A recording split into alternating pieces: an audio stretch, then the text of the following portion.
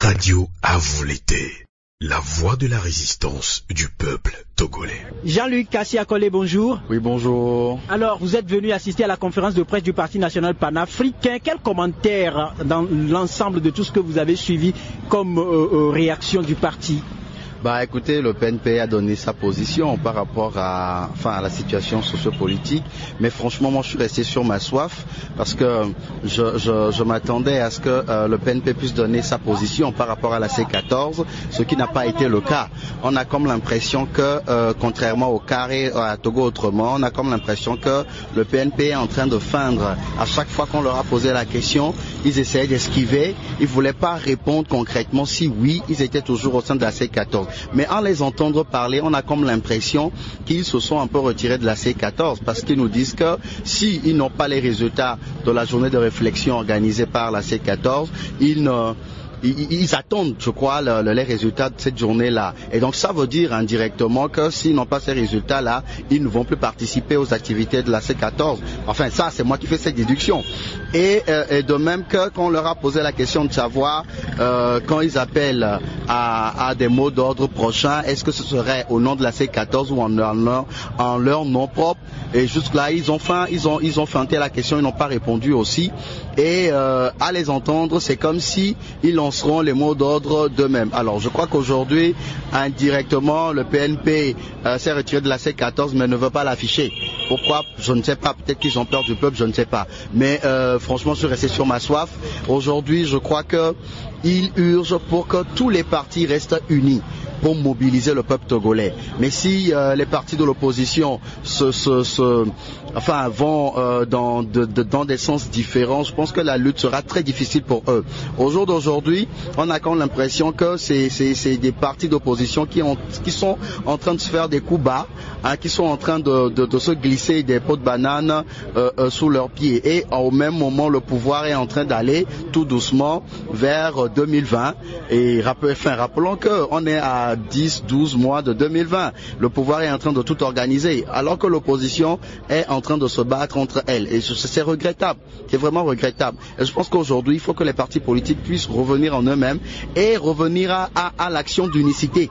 C'est très important. C'est quand ils seront unis qu'ils pourront mobiliser tout le peuple togolais. Parce que le PNP seul ne peut pas mobiliser tout le peuple togolais. Le PNP, quand il avait commencé ces manifestations, avaient mobilisé juste une communauté.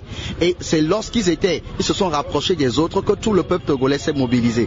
Et donc je pense qu'il faudrait revenir à ça. Excusez-moi, quand vous dites que le PNP n'avait réussi qu'à mobiliser une seule communauté, comment vous expliquez le 19 août où des manifestations ont eu lieu sur toute l'étendue du territoire national et partout ailleurs de par le monde? Alors il faut rappeler à vos auditeurs que le 19 août, c'était juste la communauté thème qui s'était soulevée.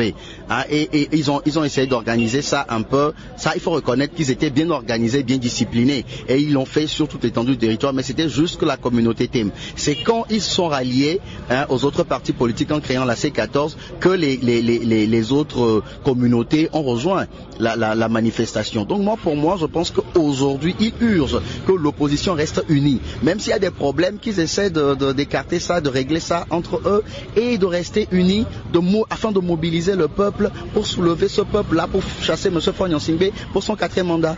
Est-ce qu'à partir de cet instant, on peut commencer par proclamer la fin de la C14 si des géants sont en train de quitter la barque ou se prononcent en rang dispersé?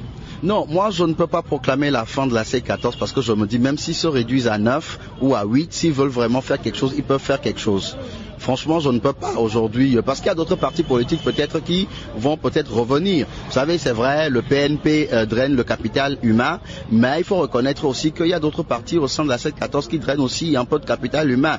Mais non, est-ce qu'au jour d'aujourd'hui, doit-on se mettre à dire c'est elle qui fait ci, c'est elle qui fait ça? Non, je pense qu'ils doivent conjuguer leurs efforts ensemble pour pouvoir emmener le peuple togolais à être derrière eux. Parce que le peuple veut les voir unis afin d'être mobilisés. Mais quand ils sont divisés, qu'est-ce qu'ils iront dire au peuple togolais?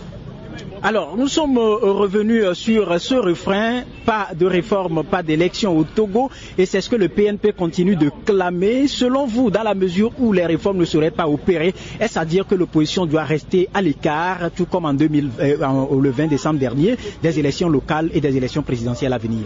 Moi, ma position, elle est claire. Tout le monde sait ma position, c'est qu'il faut rester à l'écart. Tant qu'il n'y aura pas de réforme, ne nous attendons pas à avoir une victoire à une quelconque élection. Ce n'est pas possible, parce que le pouvoir ne pourra jamais organiser des élections pour nous les donner. Même si l'opposition gagne, le pouvoir dira que l'opposition n'a pas gagné et va prendre cette victoire-là. Et donc je pense qu'il faut plutôt se mettre dans l'optique de la révolution populaire en mobilisant le peuple et en soulevant ce peuple-là pour faire chasser M.